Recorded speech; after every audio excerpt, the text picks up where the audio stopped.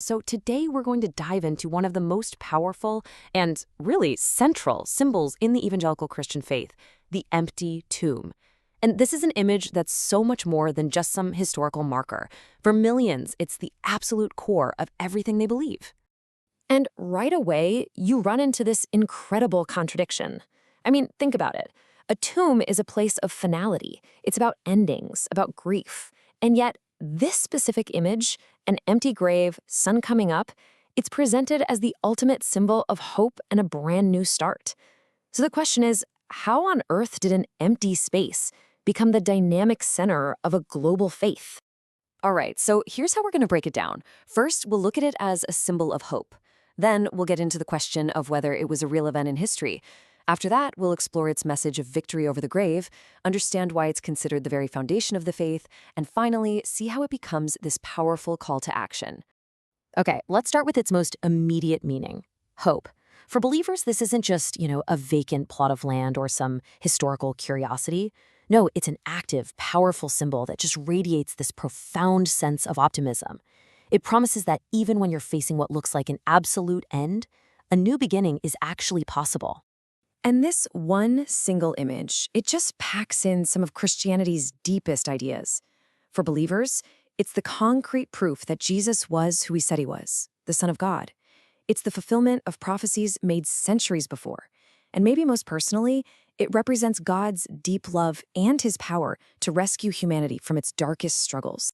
But this whole idea of hope, it's built on a much, much bigger claim. You see, for followers of this faith, the empty tomb isn't just some powerful metaphor. It is presented as a verifiable, historical event. The entire belief system really rests on the assertion that this literally happened. And this brings us to a major fork in the road. While a lot of people might see the resurrection as a beautiful spiritual metaphor, the perspective of our sources is firm. This was a literal bodily event.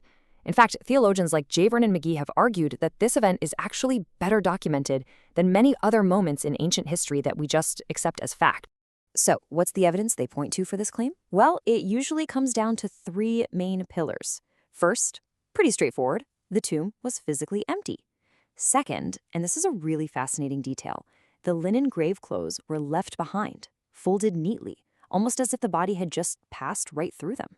And third, you have numerous eyewitnesses who claimed they saw and even interacted with Jesus after he had died. And that detail about the grave clothes, it perfectly illustrates a much bigger idea. J. Vernon McGee used this powerful analogy. He suggested that just like those clothes were left behind, our earthly body is kind of like a temporary garment. The belief is that Jesus rose in a new, glorified body, leaving the old earthly tent behind, which is a model for what believers hope for themselves. Okay, so if believers see this as a real historical event, what exactly did it accomplish? Well, this brings us to the next layer of meaning, the idea that the empty tomb signifies a total victory over the grave itself and what that means for all of us. Theologically, you can think of the empty tomb as the divine receipt. It's seen as God's official stamp of approval on Jesus' sacrifice on the cross. It's the ultimate confirmation that the price for sin was paid in full and that it was accepted, effectively settling the debt for good. And this victory is seen as absolute. We're not just talking about winning one battle. It's presented as a final triumph over all the big, fundamental forces that seem to crush human life. A victory over sin, over the finality of death, over the power of the grave, and ultimately over despair itself. And here's the bottom line, the crucial takeaway from all this.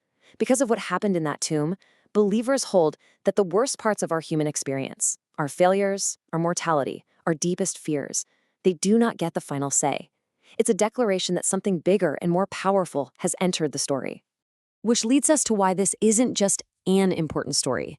It's the most important story. It is, quite literally, the foundation that the entire Christian faith is built on. Everything, and I mean everything, hinges on this one single event. And there's a really clear logic to it. You can follow the steps. If the tomb was empty, that means Christ was resurrected.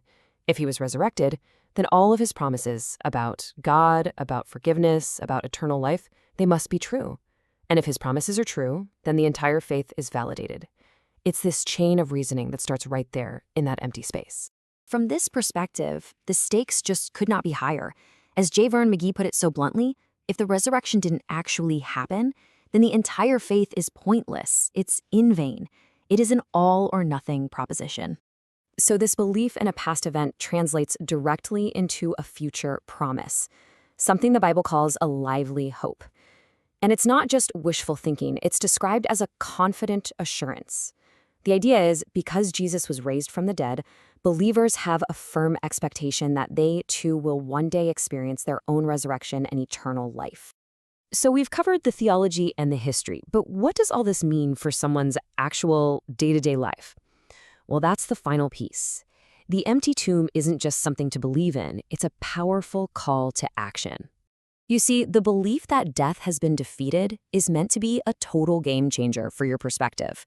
It empowers a person to shift their focus away from temporary earthly problems, things like guilt or injustice or pain, and instead embrace a much larger heavenly purpose.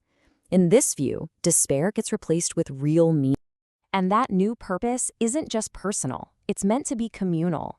It's often expressed through what's known as the Great Commission, the call for believers to go out into the world and share the story of the empty tomb and what it means for everyone else. This powerful metaphor really brings the whole journey together. A believer is called to leave behind their own personal tomb of doubt, fear, and despair, and to move toward Galilee, the place where Jesus told his followers he would meet them, a place of new beginnings, of purpose, and of mission.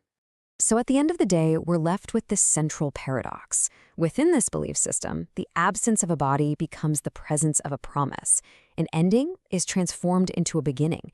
And somehow, an empty space becomes the ultimate source of meaning and purpose, a paradox that continues to shape millions of lives today.